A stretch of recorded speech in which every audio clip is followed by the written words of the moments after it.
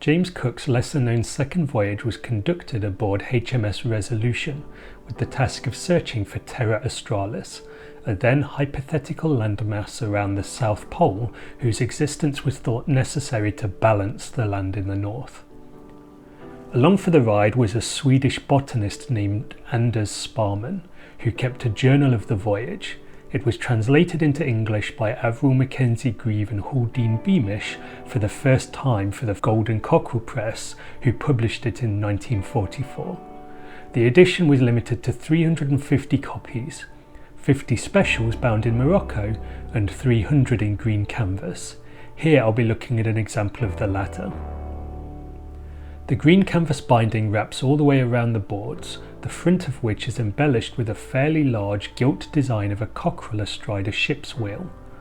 On the spine we find a brown leather title label with the abbreviated title and author's surname. The volume measures 320 by 200 mm, making it a kind of tall quarto or narrow folio.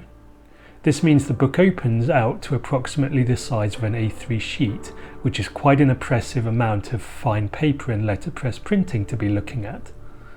The top edge of the text block is gilded, while the others are untrimmed.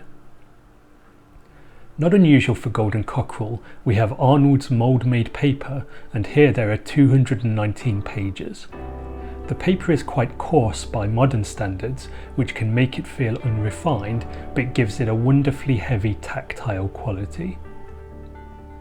The text is set in Eric Gill's Perpetua at 14 point.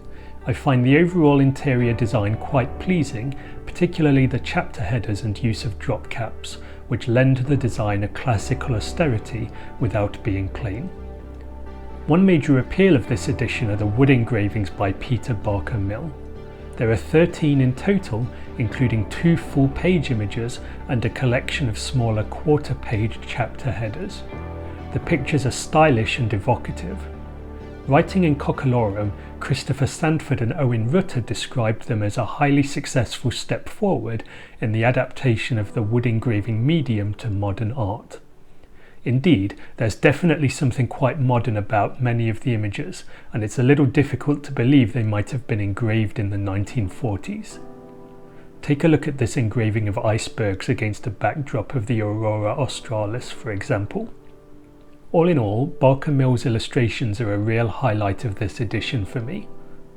At the back of the book is a fold-out Admiralty chart with the route of Cook's voyage plotted on it. There's also an introduction written by the editor Owen Rutter. It does a good job of outlining both background to the voyage and the process by which Golden Cockerel came to publish the book. Sparrman's journal itself is quite fascinating. We learn about the daily life and customs aboard an exploratory expedition at the end of the 18th century and get an insight into the experience of discovering parts of the world as yet unknown to Europeans. Much of the book details the explorers' encounters with natives, the customs of those peoples, and the delicacy of maintaining peaceful relations across barriers of language and culture.